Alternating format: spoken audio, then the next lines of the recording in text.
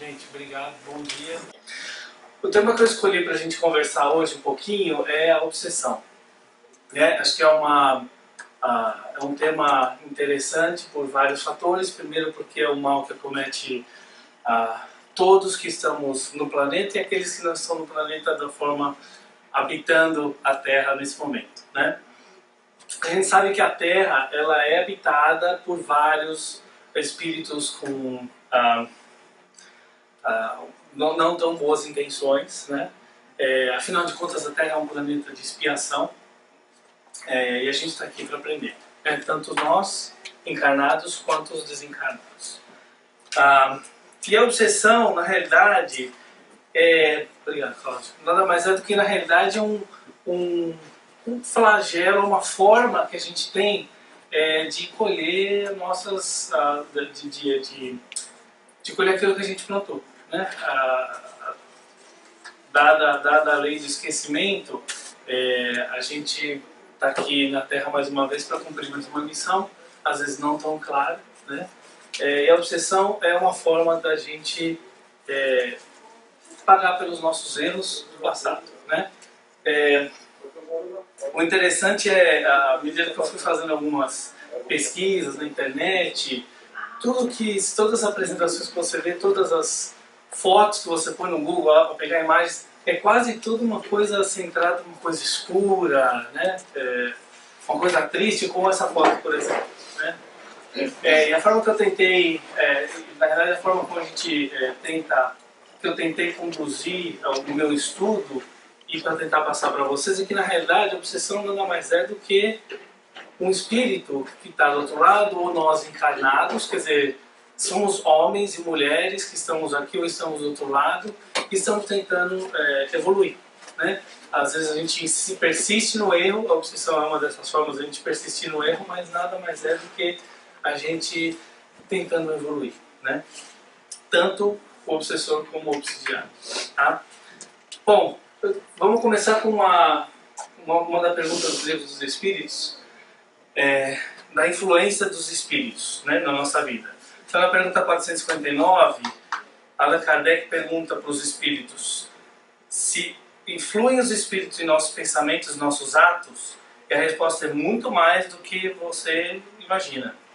Influi a tal ponto que, do ordinário, ou seja, no dia a dia, no comum, eles são que nos dirigem. Então, na realidade, essa certeza do Kardec, ela demonstra que todos nós, encarnados e também desencarnados, sempre, na maioria das vezes, estamos agindo sob influência dos nossos irmãos encarnados ou invisíveis.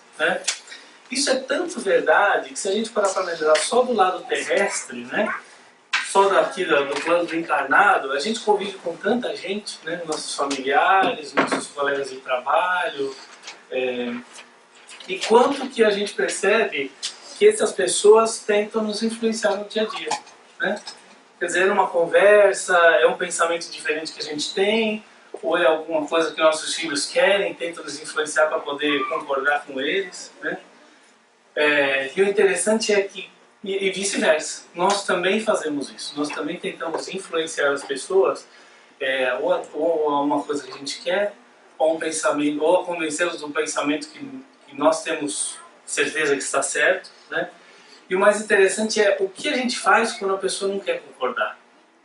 Isso que a gente pensa, às vezes, quer dizer, quando a gente decide pensar para tentar entender algumas situações, que não é muito comum hoje em dia, acho que a gente foi interessante o estudo dessa semana nesse tema, que a gente às vezes, eu pessoalmente, um problema que às vezes você fala um não para o seu filho, mas por que você está falando não? Porque a gente tem que explicar, a gente tem que pensar por que daquelas coisas. E quando a gente não consegue convencer alguém de alguma coisa, a gente começa a usar algumas estratégias diferentes. Primeiro a gente tenta barganhar. Depois a gente, dependendo da situação, você vai até para uma chantagem.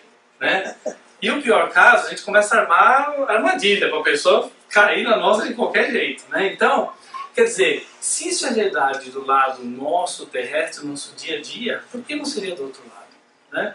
Por que que os desencarnados também não queriam fazer a mesma coisa, né? Então é natural que isso ocorra também do lado de lá.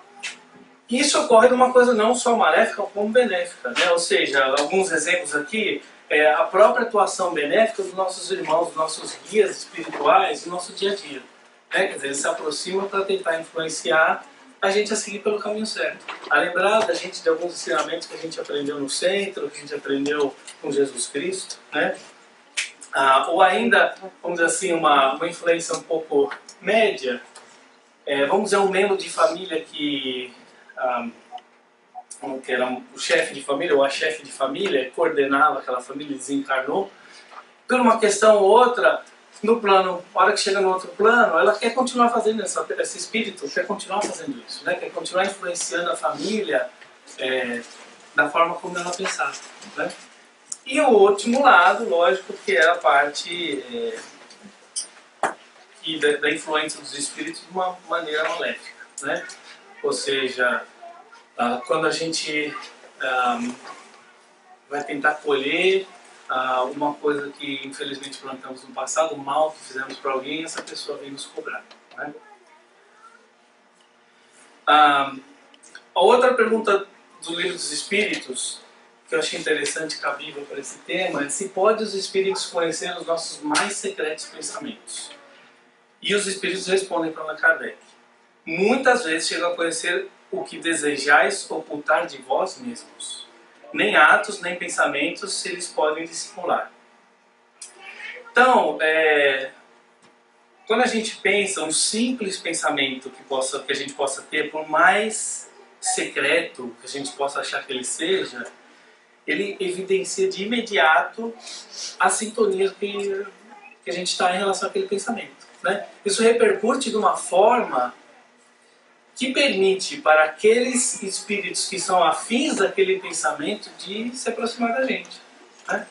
Isso é uma forma que não é uma coisa imperceptível, né?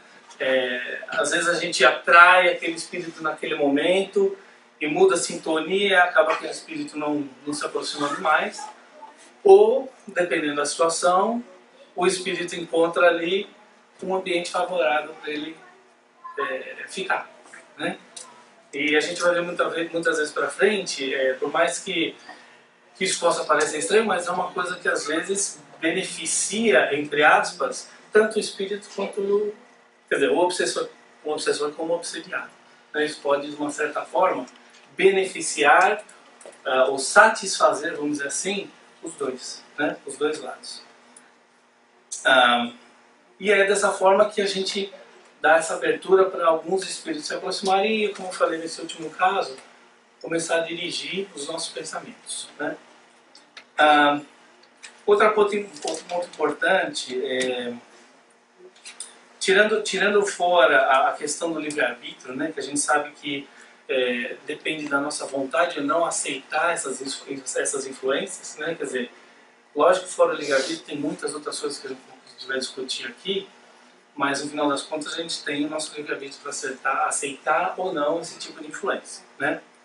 Mas um ponto para a gente meditar quanto influenciável nós somos, né? Quanto a gente tem a mente, de uma certa forma, aberta para permitir esse tipo de aproximação desses espíritos que nos rodeiam, né? E o grande ponto a gente sabe que todos somos médiums, né? Quer dizer, não de uma forma, falando de psicografia ou incorporação, mas todos, de uma certa forma, têm identidade, né? Isso aqui também, de uma certa forma, permite esses espíritos se aproximar da gente, né? Esse pensamento que a gente emana, essa sintonia toda, permite isso. E o Espiritismo, ele veio para trazer a clara evidência para os nossos olhos, quer dizer, ele explica todo o conceito, por que acontece, por que não acontece, para nos ajudar a evoluir individualmente, elevar a nossa moral, né?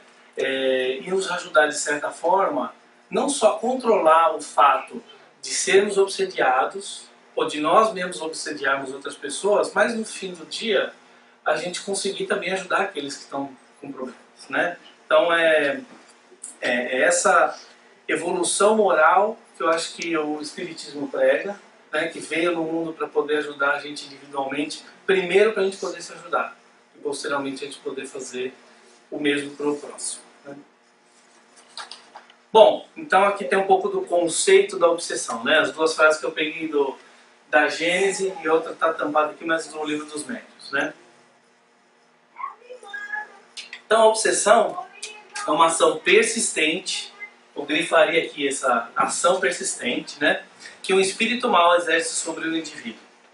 Apresenta caracteres muito diversos, desde a simples influência moral, sem perceptíveis sinais exteriores, até a perturbação complexa do organismo e das faculdades mentais. E, segundo o Livro dos Médiuns, é o domínio que alguns espíritos logram adquirir sobre certas pessoas. Nunca é praticada senão pelos espíritos inferiores que procuram dominar, né? Importante falar que a obsessão, na realidade, ela é um processo bilateral, né? Ela se faz presente por dois motivos. Porque, primeiro, tem um cobrador, normalmente é aquele espírito que foi afetado, que carrega suas mágoas, que carrega suas dores. E tem, por outro lado, o devedor. Aquele espírito ou encarnado que tem marcado no seu perispírito a matriz da culpa, né? Sabendo que provocou o mal para um outro ente durante uma outra encarnação, né? A obsessão ela é sempre feita de uma forma persistente, né?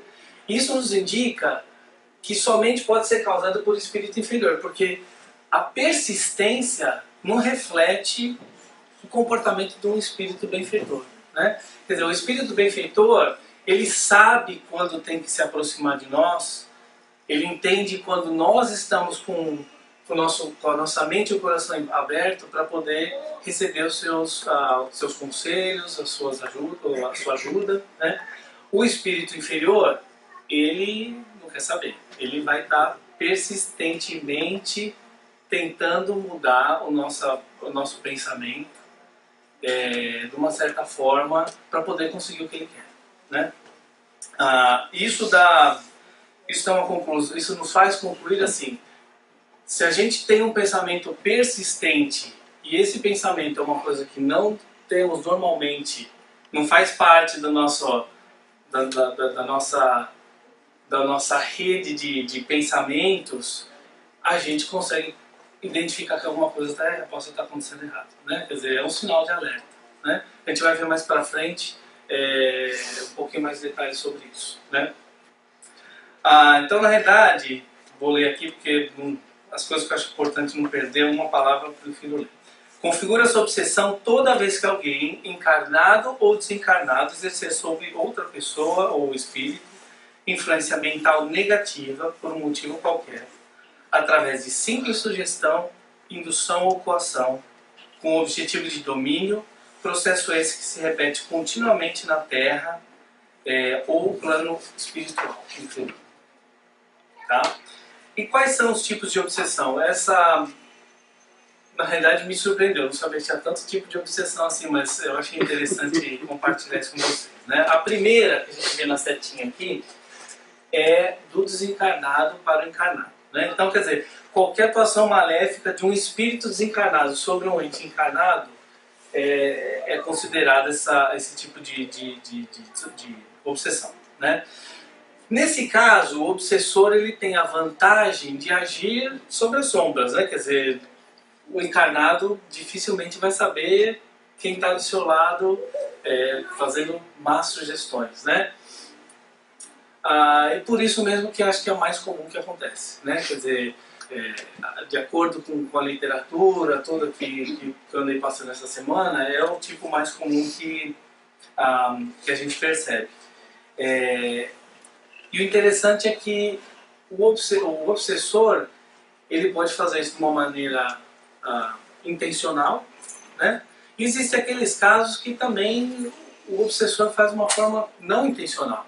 Ou seja, de acordo com aquilo que a gente conversou, da harmonia dos pensamentos entre o obsessor e o obsediado, O obsessor acaba se aproximando do obsediado e ali começa, sem propósito, a transferir vibrações negativas para o obsediado, né?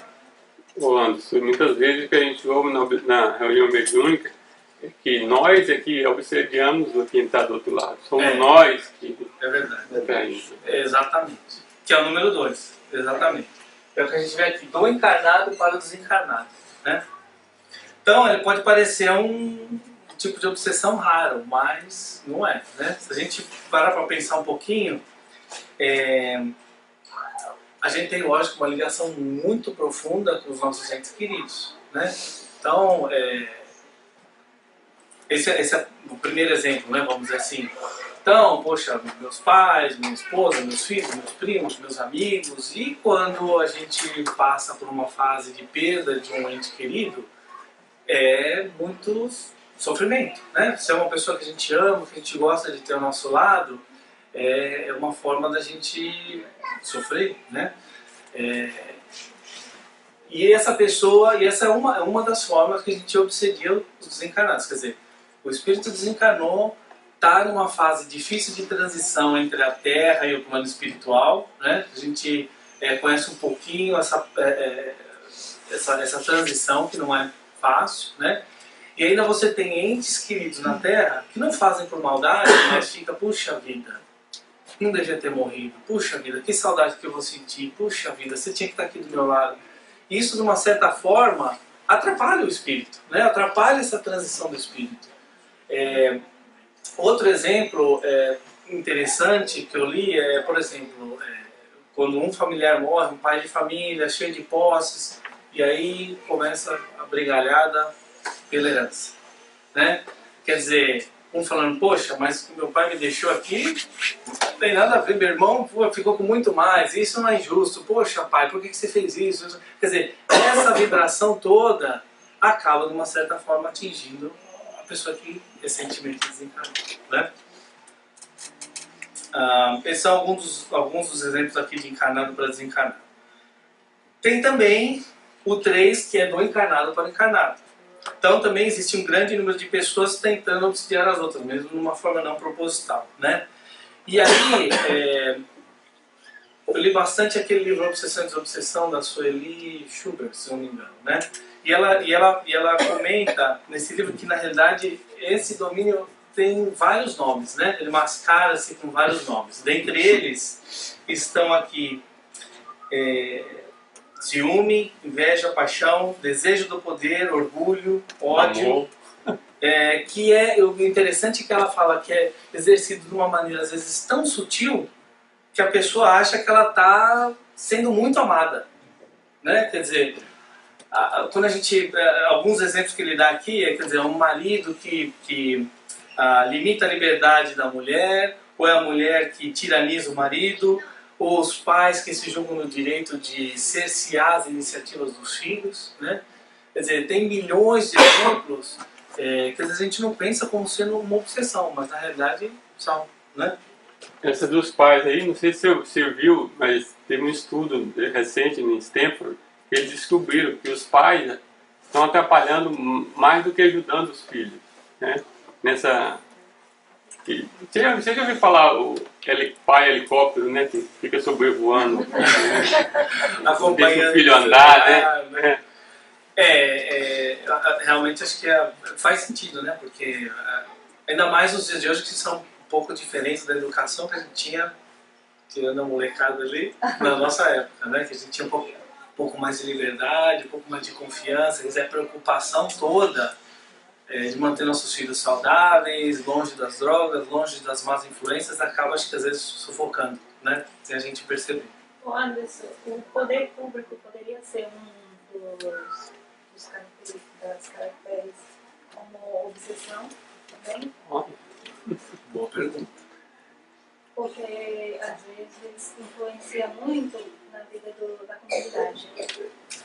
Sim. Acho que tudo depende do início que a gente falou. Isso é fundamental, né? Mas da forma como a gente vê aquilo, né? da forma da gente, o livre-arbítrio de aceitar ou não aquilo como uma forma de obsessão, né? Não sei a resposta correta, na literatura que eu vi nada referia a isso, mas acho que Existe. Eu já li sobre isso, essas obsessões coletivas, né? Ah, um país. Tem um exemplo, não vou lembrar a cidade agora, mas foi dado no Livro dos Médiuns pelo Allan Kardec de uma cidade na França, em 1854, se eu não me engano, que era uma obsessão coletiva da cidade. Quer dizer, tiveram mais de 200 pessoas e eram o que eles chamam da subjugação, que a gente vai ver, que é a obsessão mais complexa, né? Que toma conta do físico, às vezes, da pessoa. Mais de 200 pessoas sofreram desse tipo de influência coletiva. No caso do Hitler, que aqueles montes de soldados faziam o que ele mandava, muitos deles se afinavam com a ideia do Hitler, não? Ah, sim, não. E muitas vezes já vieram prontos do plano espiritual para trabalharem juntos, né? Esse é outro ponto que a gente vai comentar aqui também. Na realidade é o próximo, de desencarnado para desencarnado. Abriu a porta aqui para mim. Na realidade, o 4 aqui é essa questão do desencarnado para desencarnado, né? Quer dizer, pelos mesmos motivos que a gente tem obsessão entre encarnado e desencarnado, desencarnado, encarnado, encarnado, encarnado, a gente tem também de desencarnado para desencarnado. O interessante que ele menciona, existem vários livros contando várias histórias sobre isso, são os espíritos que em muitos livros são chamados de chefes, né? Que acabam obsediando, às vezes até por, a palavra, hipnotizando os espíritos mais fracos moralmente para fazer trabalhar ao seu favor, né?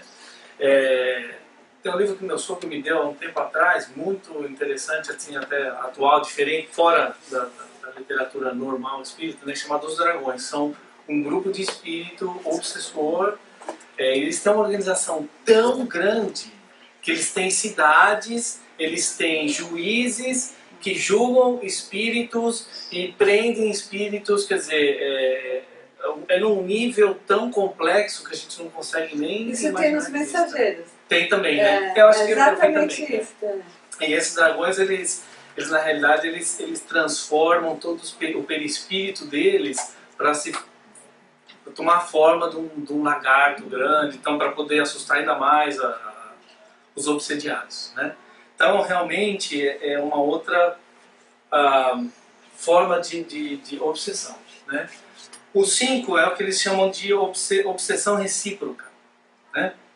Isso é aquilo que eu comentei, que existem criaturas que procuram satisfazer-se das vibrações que permutam entre elas, né? Tem uma passagem que eu peguei no livro, agora eu não vou lembrar qual, do André Luiz. Vocês que são grandes conhecedores podem me ajudar pelos A linguagem. não é linguagem, mas tem o nome Detalhes. do o tal do Libório, né? Então André Luiz, observando o caso de Libório, que obsidiava a mulher por quem sentia paixão, vampirizando-lhes o corpo físico, esclarece a respeito. O pensamento da irmã encarnada, que o nosso amigo vampiriza, está presente nele, atormentando. Acham-se ambos sincronizados na mesma onda. É o caso de perseguição recíproca, né? Ou no nosso caso aqui, obsessão recíproca. Enquanto não lhes modificarmos as disposições espirituais, jazem no regime de escravidão mútua em que obsessores e obsidiados se nutrem das emanações uns dos outros, tá? E o último caso é o caso da auto-obsessão, tanto espiritual, quer dizer, tanto dos desencarnados como dos encarnados, né? Allan Kardec afirma, escreve no livro de Obras Póstumas, quer dizer, o homem não raramente é obsessor de si mesmo, né? Quer dizer, nós somos obsessores às vezes de coisas que a gente já viveu no passado e não consegue esquecer, né? E num dos casos desse livro Obsessão e Desobsessão, da Sueli Schubert, ela comenta que eles tiveram uma visita de um médico espírita e ele reportava para eles, para o grupo, a quantidade de pessoas que os procuravam, né? Porque tinham doenças consideradas incuráveis, né? Coisa que o pessoal próprio imaginava que tinha, descobrindo os próprios sintomas, dramatizando, né? E principalmente sofrendo por coisas que ainda não tinham acontecido, né? Então, quer dizer, às vezes a gente sofre, a gente faz isso mesmo, né? Quer dizer, eu usando o exemplo de hoje, antes de sair de casa, você já está preocupada, puxa vida, será que eu vou conseguir passar, né, a mensagem correta na palestra hoje? E quer dizer, as crianças vêm limpar o sapato, limpar o sapato, não sei o que, sair de casa, esquecia a sacola com café da manhã, e a gente fala, puxa vida, vou chegar atrasado, vai todo mundo lá, que vergonha, não sei o que, já estava sofrendo antes de chegar aqui, né? Então, quer dizer, só que tem gente que escala isso de uma forma que se torna muito prejudicial, né? Às vezes a pessoa cria uma bolha, não quer fazer mais nada porque tem medo do que vai acontecer, né? Uma pessoa negativa, né, Anderson? Exatamente. Pode ser um exemplo. Exatamente. O próximo slide aqui fala um pouco da gradação, que é... Você acabou de comentar o 6, é isso? Comentei o 6, exatamente, que é o encarnado para o encarnado e o desencarnado para o desencarnado. Tá? Então, o próximo slide fala um pouquinho da gradação das obsessões, né, que é descrita no livro dos médiuns, né? Só que no livro dos médiuns ele detalha um pouco mais essa gradação em relação à mediunidade em si, né? Eu tentei fazer um paralelo tentar abranger um pouco de uma forma um pouco maior, né? Então, primeiro a gente tem o que a gente chama de obsessão simples, que é a influência negativa de um espírito de forma persistente e duradoura, né? Então, na realidade, isso é como os espíritos inferiores nos influenciam de uma forma, às vezes, diária, de uma forma que se intrometem e impõem alguns pensamentos na nossa cabeça, né? E causam, de uma certa forma, desconforto, né, para a gente. Quer dizer, se a gente tem um pouquinho de moral, a gente conhece a gente um pouco, a gente sabe que aqueles tipos de pensamentos que estamos rodando não fazem parte da nossa vida e a gente quer se livrar deles, são incômodos, né? Para um médium, por exemplo, um médium comunicador ou um médium de psicografia, o impacto dessa obsessão simples são às vezes espíritos que só eles querem se comunicar. Eles não deixam mais ninguém se comunicar através do médium. Ele meio que toma conta daquele médium e, de uma certa forma, atrapalha o trabalho que o médium tem que fazer, né? Ao mesmo tempo, esses espíritos impedem algumas sugestões ou comunicações dos espíritos benéficos, né? Quer dizer, se a gente não se policia tentando afastar esses espíritos, nossos próprios mentores individuais que nós temos, nossos anjos da guarda, eles acabam de uma certa forma se afastando, né? Porque a gente não está demonstrando aquela vontade de se livrar daquilo, né? E se nada é feito numa obsessão simples, ela começa a se transformar em irritação, começa a se transformar em ciúme, inveja, em ideia de perseguição, né? E ela deve ser combatida, para não se tornar o que a gente chama no próximo nível, que é a fascinação. A fascinação, em comparação à obsessão simples, ela traz consequências muito mais graves, né? Ela é uma ilusão produzida pela ação direta de um espírito sobre o pensamento do obsedado e que lhe paralisa o raciocínio, né? Acho que a grande dificuldade da fascinação, com todos os textos que eu li, as palestras que eu assisti, é o fato do obsediado não entender que ele está sendo obsediado, né? Ele não aceita que ele está sendo obsediado. Ou não percebe, né? Não. Ele pode até não perceber, mas ele não aceita de forma nenhuma que aquilo que está passando com ele é obsessão, né?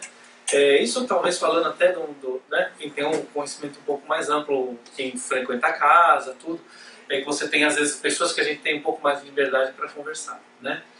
E o interessante é que o espírito que obsedia através dessa faixa de fascinação é um espírito muito mais arredio, muito mais inteligente, é um espírito que sabe o que está fazendo, né? Tanto é que ele emana pro obsidiado pensamentos que vão afastá-lo daquelas pessoas que estão tentando ajudar, né? Quer dizer, esse também é o fato que leva o obsidiado a não aceitar que ele está sofrendo obsessão e vai, de uma certa forma, querer se afastar daqueles que vão estar tentando ajudar, né? E é um fato interessante que ele comenta aqui numa das frases, que a maioria das pessoas que estão ao redor daquela pessoa obsidiada percebe que tem alguma coisa errada, mas ela não. Todos que estão ali, que conhecem aquela pessoa um pouco mais, conhecem. Estão percebendo que alguma coisa está acontecendo, mas o obsidiado não. Não, está tudo certo, né? E o Tito já fala fascinado. Fascinado, exatamente. Isso é interessante também do lado mediúnico, indo um pouco mais para o texto do livro dos médiuns. Alguns médiuns que dão passividade, às vezes comunicação, alguns espíritos que se fazem passar por espíritos evoluídos e através daquela fala cheia de palavras difíceis, o médium acaba, às vezes, até achando que realmente, poxa. Fora as vezes em que os espíritos assumem o caráter de pessoas que foram famosas na Terra, né? No livro dos Espíritos ele até menciona exemplos de espíritos que falam que são Jesus, que são Maria, mas a gente sabe de outros, talvez no nível não tão alto, que fazem a mesma afirmação, né? E o médium não aceita, acha que aquilo realmente ele está dando passividade, comunicação de um espírito, é o que o Jorge falou, a própria fascinação que é criada no obsidiado em relação ao espírito. E o interessante, eu estava vendo uma palestra num centro lá no Nordeste, não sei qual região certa era, mas pelo sotaque era uma pessoa, foi uma palestra muito interessante, até um tópico que eu falei, poxa, até faz sentido, né?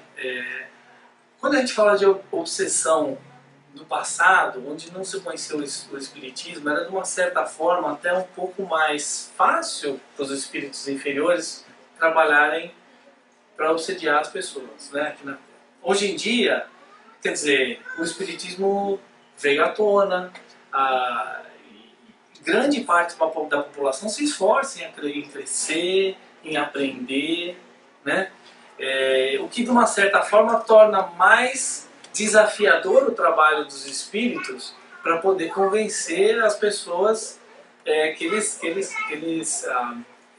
queiram, ou de certa forma cobrar uma dívida no passado, ou de uma certa forma, a gente vai ver as causas no próximo slide aqui, não querendo me adiantar.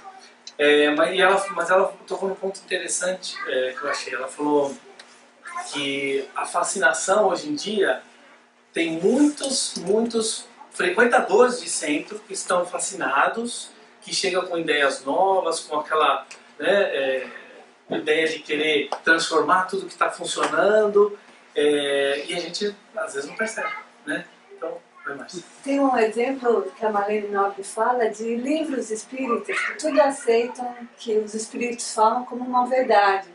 Então, muitos livros a gente tem que ter o crivo da razão por causa disso. De espíritos que estão vindo para, como fala, não deturpar, para distorcer a verdade, para desarmonizar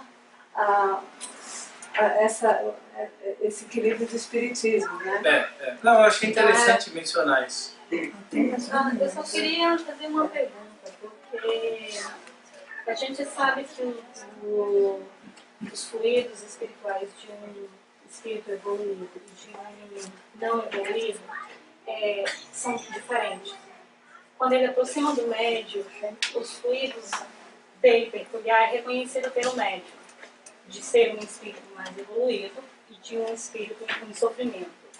No caso da fascinação, o médium não tem essa percepção, ou todos os médios não têm essa percepção dos fluidos dos espíritos, para fazer essa diferenciação? Olha, acho que quem souber pode responder com mais propriedade, tá? Eu acho que são dois fatores. Primeiro, o próprio espírito que está obsidiando, a gente parece que não, mas eles têm muitas ferramentas para poder enganar o médium, né? Elogios. Não, exatamente. Mesmo que às vezes o médium sinta, mas que aquele espírito é uma sensação diferente do espírito de luz, mas o próprio obsessor, ele tem ferramentas para poder talvez não deixar perceber, né? Não deixar perceber. Talvez esse médium por não estar com uma vibração, ele não tem essa noção, ou, como diz, a energia se torna neutra para ele? Eu acho que são vários fatores, né, Raimunda? Esse é outro fator, quer dizer, o próprio... Eu penso que já que o médium está na fase de fascinação, é claro que ele não vai ter condições de perceber, porque ele já está na fase de fascinação. Então, para ele, aquilo ali é normal. Ele começa a se sentir bem. Como que ele vai perceber se ele já está nesse processo de obsessão, de fascinação? Daí já responde. Mas isso acontece com a gente. Não só o médico. Qualquer um. Vem uma pessoa devagarzinho, é imperceptível, né? Então... Bom, vamos lá, que nós estamos na metade. Bom, e o último caso é a subjugação, que é o mais grave, né? A subjugação ela pode ser moral ou física, né?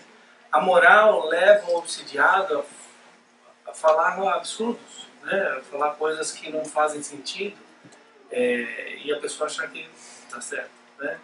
E o físico é o mais grave, né? Aí o espírito, de uma certa forma, toma o controle do corpo físico do obsidiado, e aí coisas muito ruins podem acontecer, né? Tem um exemplo que bem rápido aqui, que Allan Kardec dá numa das revistas espíritas, chamado O Caso da Senhorita Júlia, que aconteceu muitos anos, que era uma pessoa nova, de 23 anos, muito humilde, muito simples, né? Sem muito, vamos dizer assim, conhecimentos, né? E era uma pessoa que ela tinha sonambulismo, né? Ela passava grande parte, às vezes, da semana sonâmbula. E ele fala que quando ela estava nessa fase sonambólica, ela era muito mais esclarecida, ela fazia as coisas muito mais bem feitas, né? Mas é só um ponto para citar. E o grupo, Allan Kardec, o grupo de estudos do espiritismo, lá no início, foi chamado porque ela estava tendo crises de se jogar no chão e gritar e bater em si própria, e eles foram assistir o que estava acontecendo, e ela isso realmente acontecia. Ela se jogava no chão, ela se batia e ela gritava o nome de Fredegunda, que Fredegunda, você está tentando me estrangular, você não vai conseguir. E ele falava que era claro, que dava para ver sintomas que a pessoa estava sendo estrangulada, né? E eram lutas infernais, até que eles perceberam que a própria senhorita Júlia estava lutando com a Fredegunda dentro do seu próprio corpo, né? Quer dizer, assim, a Fredegunda estava tentando dominar as ações do corpo da Júlia para poder... dizem eles que uma vez ela até pegou uma faca para tentar se ferir, e eles conseguiram impedir, né?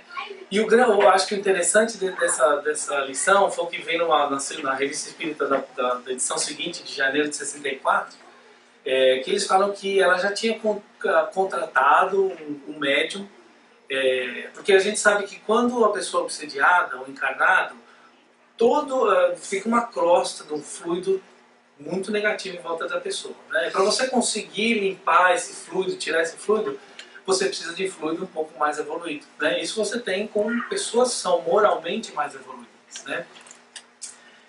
E tinha um médium na região que era conhecido por poder dar passe ou ajudar essas pessoas com obsessão. E ele, de uma certa forma, foi chamado para ajudar e não estava adiantando. Na realidade, o nível moral desse médium que estava tentando ajudar a Júlia a se livrar desse espírito alimentava o espírito obsessor, né?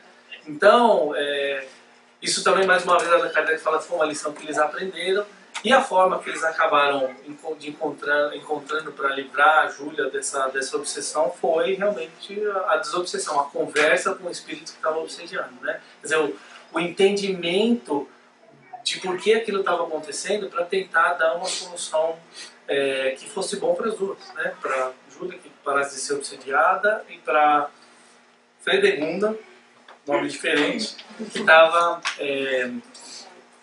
obsediando, tá? Bom, vamos para o próximo aqui. As causas da obsessão. Assim como as enfermidades resultam das imperfeições físicas que tornam o corpo acessível às perniciosas influências exteriores, a obsessão decorre sempre de uma imperfeição moral, né? Então, só existe a obsessão porque, de uma forma geral, porque tem os endividados que procuram, através do tempo, acertar os débitos do passado, né? Isso só acontece porque nós somos seres imperfeitos, né? Porque nós não temos evolução moral para evitar esse tipo quer dizer, causar coisas, causar problemas na encarnação atual, para o nosso próximo, que gere uma cobrança no futuro, né? E acho que esse fator é importante por duas razões, né? O primeiro é o próprio fator da nossa evolução moral individual. Quer dizer, quanto mais a gente se educar, quanto mais a gente regrar a nossa vida de uma forma que a gente aplique os ensinamentos de Cristo, do Espiritismo, menos influência a gente sofre, né? Esse acho que é um ponto interessante. E o segundo, eu acho que até parte dessa evolução moral individual, para a gente conseguir começar a evoluir, a gente tem que conhecer nós mesmos, né? Nós temos que nos conhecer, nós temos que fazer uma autoanálise. Isso nos ajuda, de uma certa forma, a entender quais são os níveis de pensamentos que nós temos. Quais são os pensamentos que nós sabemos que são normais, que passam pela nossa mente.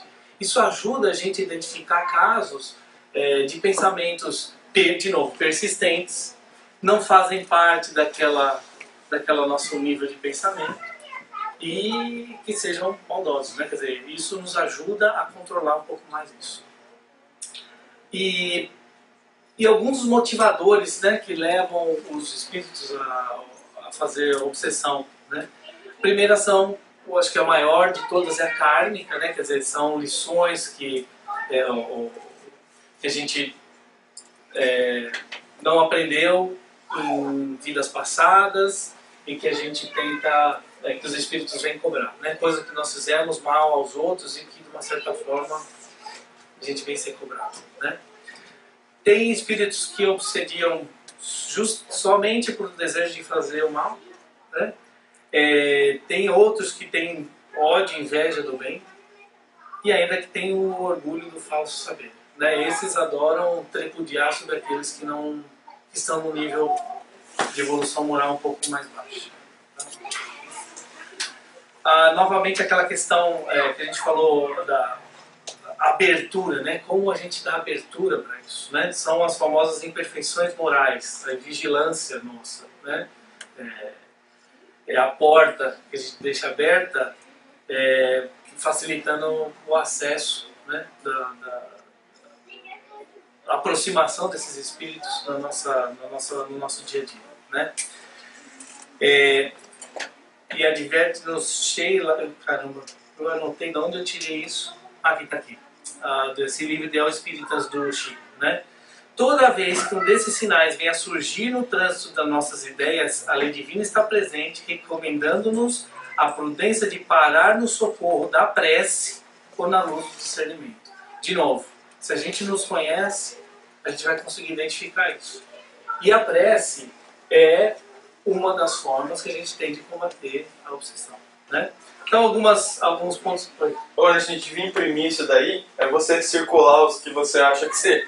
E vai ficar sempre olhando. Né? Porque aí você fica sempre lembrando, né? Alguns pontos que a gente sabe que abrem a porta, né? Orgulho, ciúmes, todos esses pontos. Você circula todos, assim.